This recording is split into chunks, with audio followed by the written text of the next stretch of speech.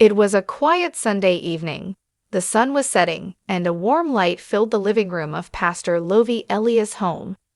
The family had just finished dinner, and everything seemed peaceful, almost perfect. The sound of children's laughter still echoed faintly from the hallway, and Lovy sat quietly on the couch, smiling as he watched his wife clear the table. It was a simple, ordinary moment, one that looked like any other day in their home. But deep inside, there was a strange stillness in the air, something unspoken that none of them could explain. For years, people had seen Pastor Lovy as a man of great strength and faith. To his followers, he was a man who carried light wherever he went, the one who prayed for the broken and healed their hearts.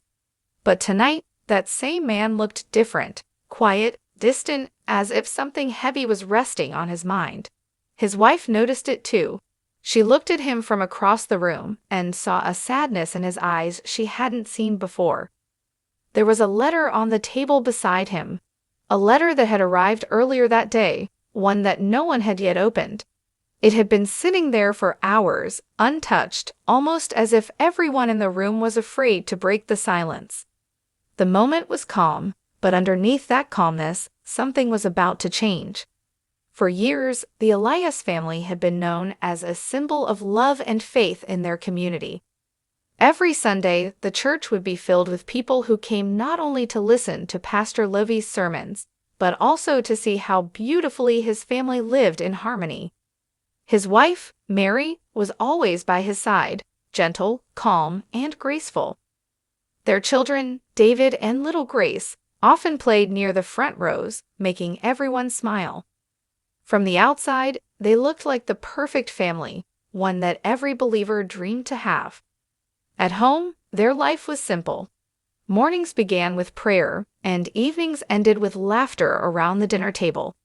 Mary would hum softly while cooking, and Lovy would sit by the window reading his Bible, sometimes sharing verses that touched his heart. It was a home filled with warmth, a place where faith and love seemed to live together in peace. But even in the happiest homes, silence sometimes hides what words cannot express. Lately, Mary had noticed something different. Lovy had become quieter. He smiled, but it no longer reached his eyes. He spent longer hours at the church, counseling others, praying for people who were broken, but he rarely stopped to rest. When she asked if everything was all right, he would simply nod and say, "Just tired, my love." Yet deep down, she knew that something was changing in him. David and Grace could feel it too. The laughter at the dinner table had become shorter, and the conversations often ended in silence.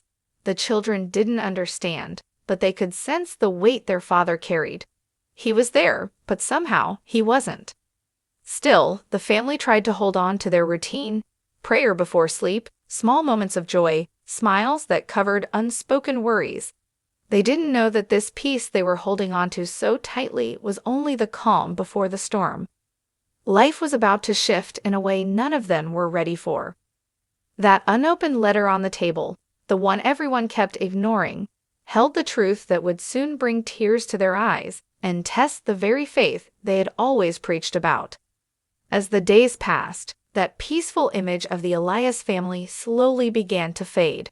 Pastor Lovy continued preaching every Sunday with the same fire and faith that inspired thousands. His words still carried hope, and his prayers still brought comfort to others. But when the church lights went off and the people went home, he would sit alone in the empty pews, staring at the cross in silence. No one saw the tiredness in his eyes, not the kind that comes from work, but the kind that comes from carrying too much for too long. He had been everyone's strength for years. Whenever someone cried, he prayed. Whenever someone lost faith, he reminded them of God's promises. But in helping everyone else, he had slowly forgotten what it meant to rest. The weight of other people's pain had quietly settled on his heart, and he didn't even notice when it started to change him. At home, Mary tried to bring back the joy that once filled their house. She made his favorite meals, told little jokes, even turned on the music they used to dance to in the kitchen. But Lovy's smile would fade just as quickly as it appeared. He was there, but far away.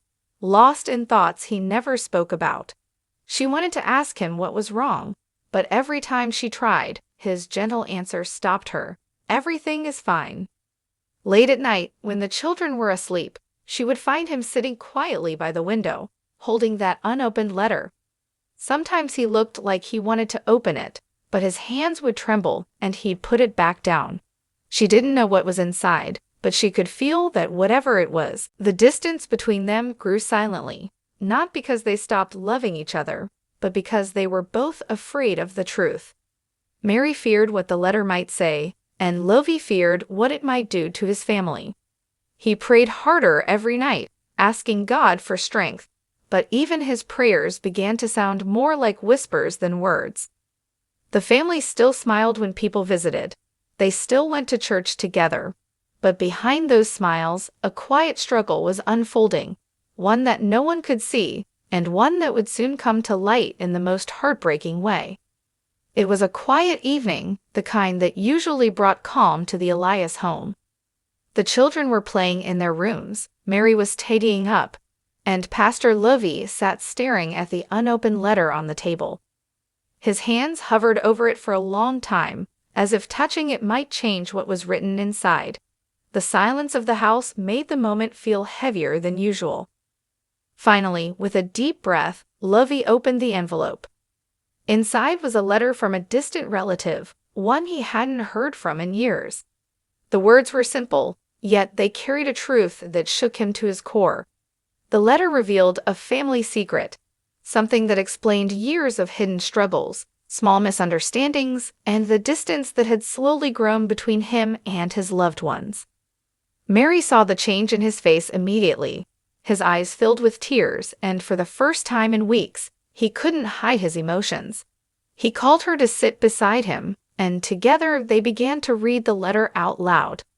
Each line seemed to echo through the house, bringing a mixture of sorrow and understanding. The past, the misunderstandings, the sacrifices that no one had noticed, it was all written there, and it demanded acknowledgement. David and Grace came running when they heard the emotion in their parents' voices. They didn't understand the full story, but they sensed that something important had happened. Lovy held them close, tears streaming down his face, and whispered, "We have been through so much, but now we know the truth, and it will help us heal." For the first time in months, the walls of silence that had separated them began to crumble. The truth, though heavy and painful, brought relief. They realized that the struggle wasn't against each other, but against the unspoken fears and burdens they had all been carrying silently. That night, the family sat together, holding each other, letting the tears flow freely. No one tried to hide their pain anymore. The letter had confirmed what they needed most, that love, honesty, and shared strength could heal even the deepest wounds.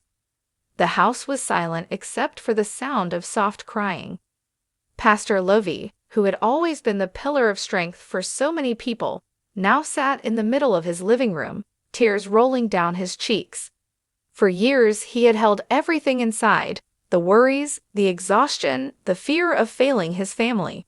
But now, after reading the letter and finally confronting the truth, all that pain came rushing out at once. Mary sat beside him, her own tears falling freely.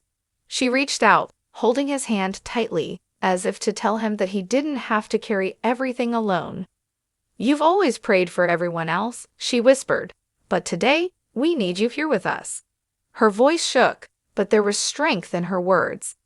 It was a moment of honesty, of shared burden, the kind that only families experience when they face life's heaviest truths together. David and Grace joined them, hugging both parents tightly. "It's okay, Papa," David said softly. "We're here. We're your family." Little Grace's small arms wrapped around Lovy, her tiny hand wiping away his tears. The simplicity of their love cut through months of hidden pain, showing him that even the strongest people need someone to lean on. In that moment, Pastor Lovy realized something profound. He had spent so much time giving strength to others that he had forgotten to nurture his own family's heart. The tears were not just of sadness, but of relief. Relief that the silence was finally broken. relief that they could grieve together, relief that love and understanding could finally fill the spaces left empty for too long. They sat together for what felt like hours, talking softly, sometimes in whispers, sometimes in short, choked sentences. They shared their fears, regrets, and hopes. They cried, hugged, and held on to each other tightly. It was raw, it was real, and it was healing. The Elias family, once carrying silent burdens, finally allowed themselves to be human together. The morning after that long night felt different.